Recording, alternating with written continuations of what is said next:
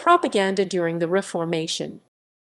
Propaganda during the Protestant Reformation, or the Protestant Revolution of 16th century, was helped by the spread of the printing press throughout Europe, and, in particular within Germany, caused new ideas, thoughts, and doctrine to be made available to the public in ways that had never been seen before the 16th century. The printing press was invented in approximately 1450 by Johan Gutenberg and quickly spread to other major cities around Europe. By the time the Reformation was underway in 1517, there were printing centers in over 200 of the major European cities. These centers became the primary producers of Reformation works by the Protestants, and in some cases Counter-Reformation works put forth by the Roman Catholics. Printed texts and pamphlets. There were a number of different methods of propaganda used during the Reformation, including pamphlets/leaflets, texts, letters, and translations of the Bible/New Testament. Pamphlets or leaflets were one of the most common forms of propaganda, usually consisting of about 8 to 16 pages, were relatively small and easy to conceal from the authorities. This made them very useful to reformers whose ideas were not accepted by the Roman Catholic authorities. The majority of these pamphlets promoted the Reformation and the Protestant ideas. However, pamphlets were also used by Roman Catholic propagandists, but not to the same effect. Protestant and Roman Catholic propaganda during the Reformation attempted to sway the public into adopting or continuing religious practices. Propagandists from both groups attempted to publish documents about church doctrine to either retain their believers or influence new believers. Occasionally, these printed texts also acted as manuals for lay people to refer to about the appropriate way to conduct themselves within the church and society. Printed texts and pamphlets were available to a large number of literate people at a relatively affordable price. Furthermore, the ideas and beliefs of the Reform writers, including Martin Luther, were also widely disseminated orally to large numbers of illiterate people who may not have been involved with the Reformation otherwise. The Roman Catholic propagandists also utilized this method of propaganda within the church, but it was not as effective as the Protestant propagandists. Protestant propaganda. Protestant propaganda and church doctrine broke away from the traditional conventions of the Catholic Church. They called for a change in the way that the church was run and insisted that the buying and selling of indulgences and religious positions be stopped, as well as the papal corruption that had been allowed to occur. In addition to this, reformers questioned the authority of the church and in particular the Pope. Protestants believed that the main authority of their church should be the gospel or scripture expounded by private interpretation, and not the Pope, who is the earthly head of the Catholic Church.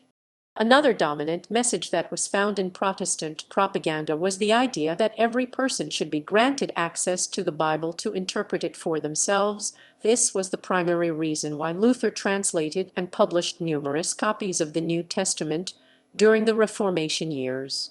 Protestants questioned the belief that the Pope had the sole authority to interpret Scripture. This can be seen in Luther's publication titled To the Christian Nobility of the German Nation, which criticized the Catholic belief that the Pope was supreme and could interpret Scripture however he saw fit. To combat this, Luther put forth arguments from the Bible that indicated that everyone had the ability to interpret Scripture and not just the Pope. In terms of tone and style, Reformation propaganda, while sometimes serious in tone, was often satirical, featuring wordplay and sarcasm. In this it developed earlier medieval traditions of religious satire.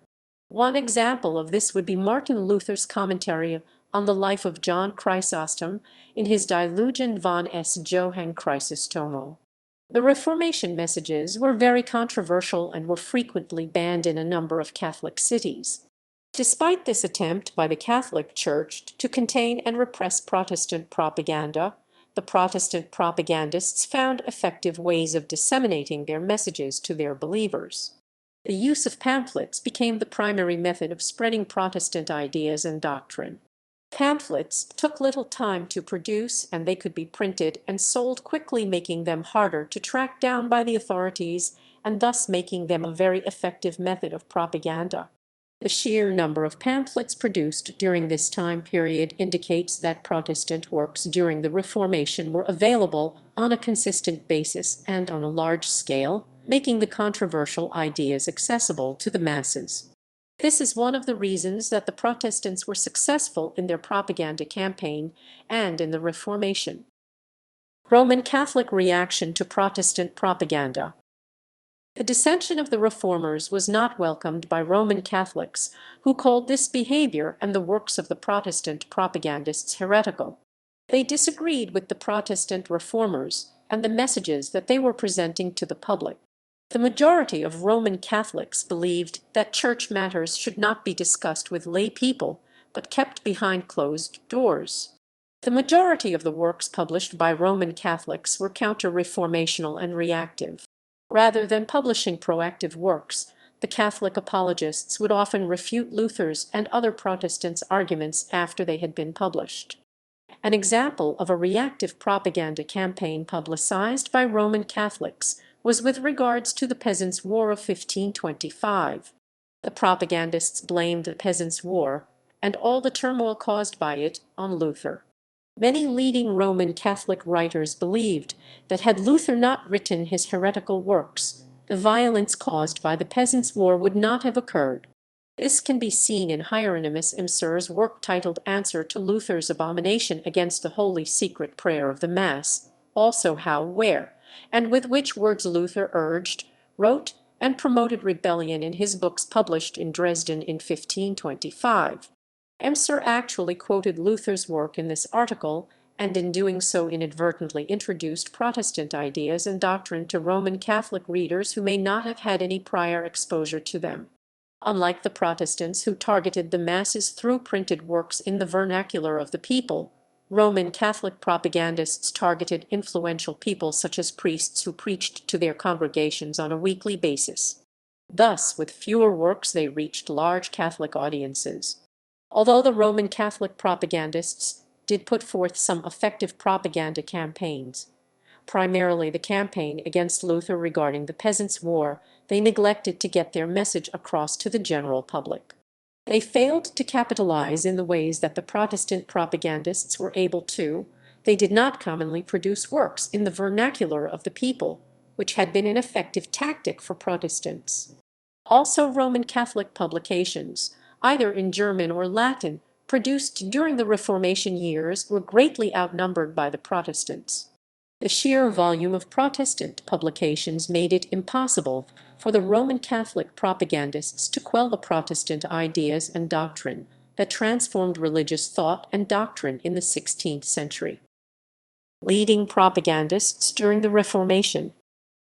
There were a number of Protestant reformers who played a role in the success of Protestant propaganda, such as Andreas Bodenstein von Karlstadt, Urbanus Regius, and Philip Melanchthon. The single most influential person was Martin Luther. Luther wrote much more than any other leading reformer, and the majority of his works were in the German vernacular. It is estimated that Luther's works had over 2,200 printings, with reprintings by 1530. And he continued to write until the time of his death in 1546.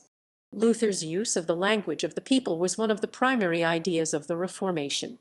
He believed in the priesthood of all believers, that every person was a priest in their own right and could take control of their own faith.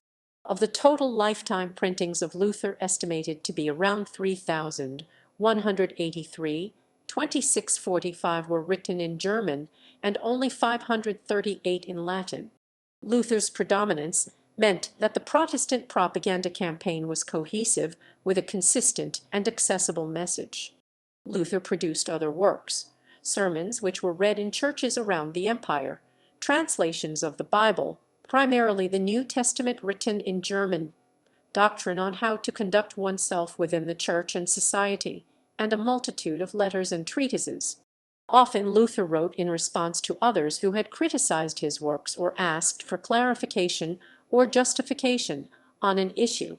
Three of Luther's major treatises, written in 1520, are to the Christian nobility of the German nation, on the freedom of a Christian, and on the Babylonian captivity of the Church, These works were significant documents for the Reformation as a whole.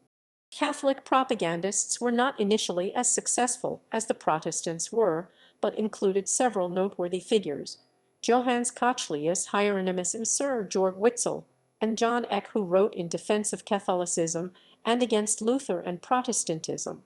They produced a combined total of 247 works.